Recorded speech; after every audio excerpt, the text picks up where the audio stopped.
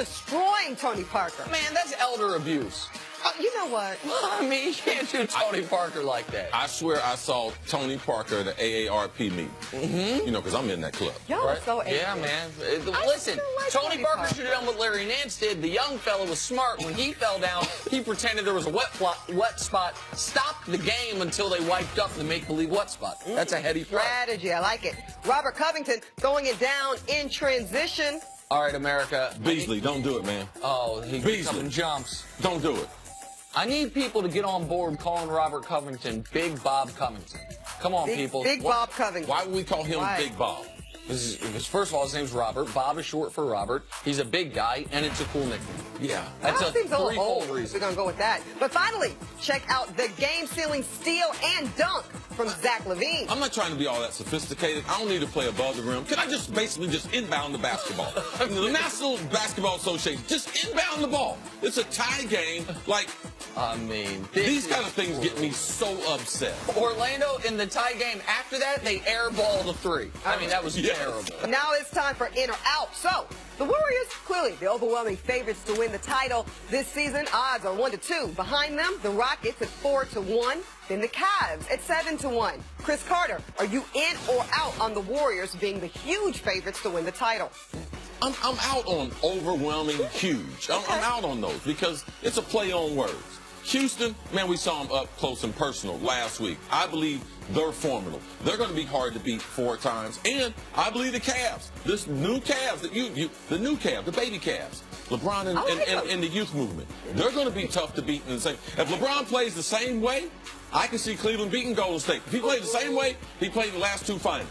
I mean, I know Nick Wright is opposite me, but if LeBron does that, they are a stronger team now. No, not overwhelming. I'm out. I'm out as well. Golden State is the favorite versus any individual. We agree. And they're the favorite versus any individual team. But with the new look Cavs, with the Rockets still playing this strong, I am not sure if right now they are the favorite versus the field.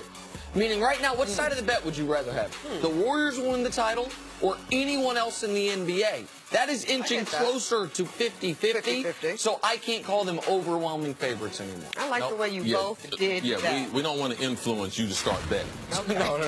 No, keeping it clean over here.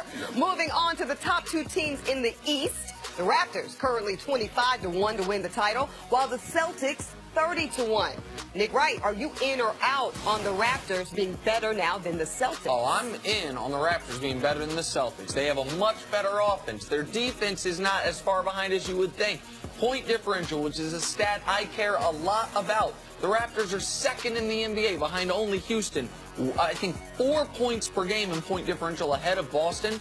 I like Toronto's roster better. I don't like their coach more, but I'm in. The Raptors are better than the Celtics. The Raptors are a different team. Their bench, Chris had here earlier, Mannix told us, their bench is a lot stronger. And offensively, they don't go as much isolation, one-on-one basketball. That's why they've been more effective. Nick brings up a good point as far as the stats. That means consistently they're shutting people down and they're putting the ball in the bucket. That's a stat that people should keep an eye on. I think their ability to win at home. I know that they faltered the last 2 years, but they're the best home court record in the NBA, 23-4, and I think that deserves respect. So you're in, it sounds like. There you go. In on that. Okay, I like it. Moving on now to the 76ers. Markelle Fultz, well, he's trying really any and everything to get his shot back. He's apparently practicing using virtual reality goggles. Yes, goggles to help him work on his jumper. Chris Carter, are you in or out on Markelle making a comeback this season? I'm out. You're out. This year. Okay. Because I just believe there's been too much damage done to the shoulder. When you are shooting the ball in February, only inside of 15 feet, go on YouTube. You can see a lot of the videos. So he's got to try to rebuild his whole muscle memory. Yeah. That's the reason why the 3D and the goggles thing, it's a real thing. Athletes are visual learners. So you try to put as many pictures in front of them as possible. This is something that we've never seen done. I think that we'll see him make his impact on the NBA next regular season, not this year. I'm in. Maybe it's hopeful optimism, maybe it's just optimism. But here's the thing. The doctors have cleared him. So this is no longer I understand the muscle memory part of it, but it's no longer injury related.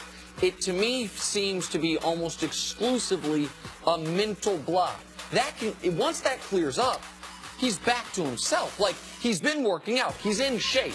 He's in basketball shape as much as you can be without playing in games. There's also must be a strength component because he's shooting inside of 15 feet. So they're trying to rebuild the muscles around his shooting motion so that he doesn't create bad habits. Right now, he's not even strong enough to be able to shoot the ball outside of 15 feet. I don't think he has to be a great player for them to get him on the court. I just think he has to be in a position where he wouldn't embarrass himself shooting the basketball. If that happens, they will get him out there just so he doesn't have a totally lost rookie year. Maybe I'm just being an optimist because this would be an awful story if he misses the full year. I'm in on this one. All right, with that. And finally, here we are. Now, there are several prominent quarterbacks being considered for the first-round picks in April for the NFL draft. But according to Pro Football Focus, anyway, Baker Mayfield, well, he's heads and shoulders above the rest of the class.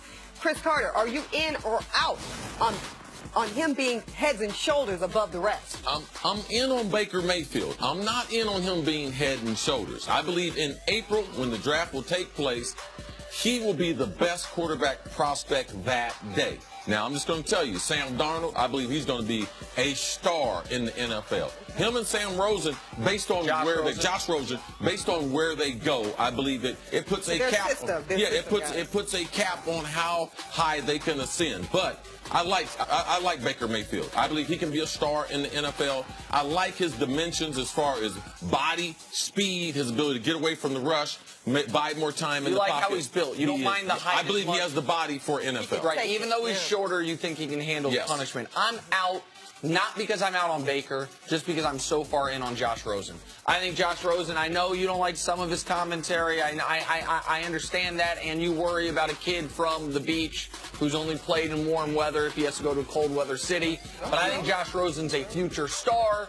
I have less questions about him than anyone else, so I'm out on Baker being the best pro prospect in the draft. How far behind Baker do you see Josh Rosen? No, I think the percentage. I think Josh is ahead of him. I think Josh is the best. I think Josh is the best pro prospect. Okay, I hear that. He's been on that corner for a while. All right, so coming up, believe it or not, Isaiah Thomas, still talking about the Cavs. Hear it straight from him next on First Things First. Come on, IT, chill, man. You're going to be talking about Knicks next. Want to root for...